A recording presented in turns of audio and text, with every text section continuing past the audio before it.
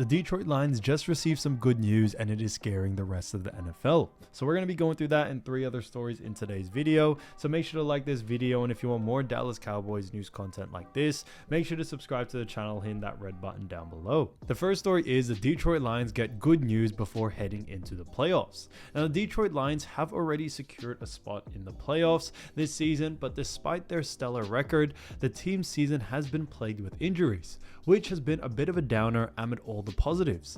Now the team is coming upon some games still, coming into these next weeks. However, the Detroit Lions are heading into the playoffs with some good news.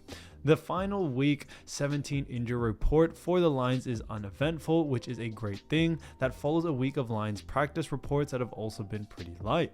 Now the injury report is short and pretty much unchanged, but David Montgomery and Khalif Raymond are out. Jalen Reeves-Maybin is questionable. Terrion Arnold and Graham Glasgow have no designation. Montgomery, who's rehabbing an MCL injury in his right knee, could return for the divisional round of the playoffs. He hasn't been put on the injury reserve, and Graham Glasgow, who has been out with a knee injury, is expected to be back in week 17 as the injury report indicates.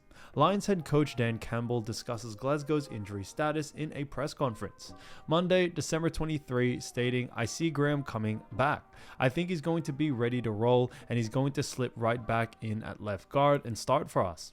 Glasgow missed last week's game with a knee injury, and Campbell's clearly expected a return to the lineup when this week started. And the Lions left guard is good to go for Monday night, noted NFL expert and analyst Brad Berriman of Sideline Report in December 28 feature. Apart from what remains an incredibly lengthy list of players who are on IR, there's been a good news injury for the Detroit Lions lately, Berriman added.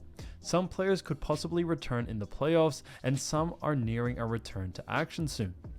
It has been a bit jarring for Campbell and the Lions to return to where they were moments away from snagging a trip to the Super Bowl for the team's first ever appearance. But what will happen on Monday when the Lions go to California to face the 49ers? Speaking to press on Saturday, December 28, Campbell was honest about what the loss meant to him and his team. He also said he's still haunted by what happened. "Just like my second year in the league, we got to the Super Bowl and get smashed by Baltimore," Campbell said to reporters in the press conference. "I won't ever forget that either, so those stick with you." He added, "We didn't just do enough. You learn from every experience, and unfortunately, that's the best way to learn from is from the losses. It really is what it is." The second story is that the Lions signed DB to an active roster and bring back LB Kwon Alexander. Now, the Detroit Lions announced a pair of roster moves on Saturday afternoon ahead of, before their playoffs, and Detroit's secondary has undergone some shuffling since veteran Carlton Davis fractured his jaw, which landed him on injured reserve. Cornerback Morris Norris was signed to the active roster, adding depth behind Terrion Arnold, Amik Robinson, and Emmanuel Mosley. An undrafted free agent out of Fresno State, Norris was among the early training camp standouts and is stuck on the team's practice squad. Norris joins the roster just in time, and defensive backs coach Deshea Townsend explained that the team wasn't placing any more emphasis on this game than any other despite the heightened stakes. "I just think it's more important game because of the next one, and that's always our mindset. Dan has done an awesome job for getting these guys to understand that win, lose, or draw in the upcoming games is the most important one." So it definitely is great to see, and Kwon Alexander, who appeared in 2 games for Detroit, has since being signed off the Broncos practice in late November, is back on the team's practice squad. He was waived earlier in the week to presumably make room for players returning from injured reserve. Dan Campbell raved about the Alexander brought during his stint on the team's active roster, and believes the team will need him once again later this year. "We just knew, of course, we would love to have him on the roster, just knowing what he's about," Campbell said. "If that's not the case, can we get him back here in some capacity? I still think we're going to need him. Before this is all said and done, we're going to need him again." The fourth-year coach likened Alexander's impact to what recently re-signed quarterback Terry Bridgewater brings to the table as a well-respected veteran who simply loves the game. "He just brings what he brings. He's no different to me than Teddy is offensively. He loves ball, he eats it, he sleeps it," Campbell said. "He's smart. He doesn't bat an eye. He doesn't complain, he just works. Man, this is the guy that's got a lot of skin on the wall. played a lot of football, and he's got no problem lining up out there on scout defense and playing ball competing. I definitely do believe the Detroit Lions have made the right moves before their season continues heading into the playoffs, and it definitely is going to be a really good look for them, as they do see them setting themselves up for a great future coming into this playoffs. Now, on top of this, when it comes to actually the Detroit Lions, they are in a really good spot, do not get me wrong, but they have faced a couple of things here and there. And the Detroit Lions wide receiver was fined for the third time in 2024. Selected with this number 12th overall pick in the 2022 NFL draft, Detroit Lions wide receiver Jameson entered the league already drawing headlines because he was still recovering from a torn ACL suffered while playing at Alabama. Now, in 2024, Williams has been fined 3 times: $14,000 for unsportsmanlike conduct versus Seattle, $19,000 for an obscene gesture against Jacksonville, and now $11,255 for unsportsmanlike conduct versus Chicago in Week 16. Now, Williams was flagged during the game for taunting Bears cornerback Tyreek Stevenson. Over his 3 seasons, his career has been up and down, and former Crimson Tide losing over $750,000 in suspensions and fines. Before 2023, the 23-year-old wideout was one of the 4 Lion players suspended for violating the NFL's gambling policy. So it definitely does seem that, he has been on some controversy as of lately, but he is definitely looking to change that.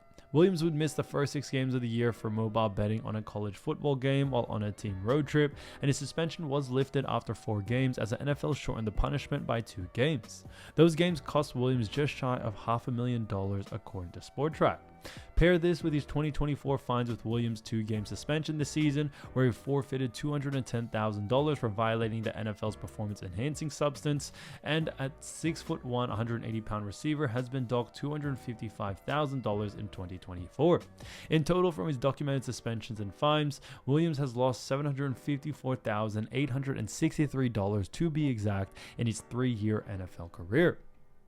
So with the NFL season almost coming to an end, we have some great picks for you, and one of my favorite picks out right now is the 2024-2025 NFC North winner, and that is for the Detroit Lions to take it home. So we're going to be putting $100 on this one, and like I mentioned, I do make all my bets on BetUS. They have the fastest payouts in the industry, and 150% bonus on your first deposit, and then 125% bonus on your next 2 deposits up to $2,000 with code YouTube150. So we're going to be placing the bet just like that, just to show you how easy it actually is to place that bet. And just like that, we are good to go. $100 betted and a $33 total win amount if we end up pulling it off. So fingers crossed for this one, but like I mentioned, guys, definitely go check out BetUS. 150% bonus on your first deposit and 125% bonus on your next 2 deposits up to $2,000 with code YouTube150. The third story is why the Detroit Lions have drawn just 1 pass interference penalty all season. Now, earlier this week, Aaron Schultz from Football Outsider revealed a remarkable stat about the number of defensive pass interference call quarterbacks have benefited from this season. It also stands as the number of pass interference calls said quarterback's team has drawn this season. And what it does show is that an astonishing stat, Jared Goff has only benefited from 1 DPI for 5 yards compared to the top QBs in DPI, where Stafford is 16 of 240 and Smith of 14 of 200, just to name a few.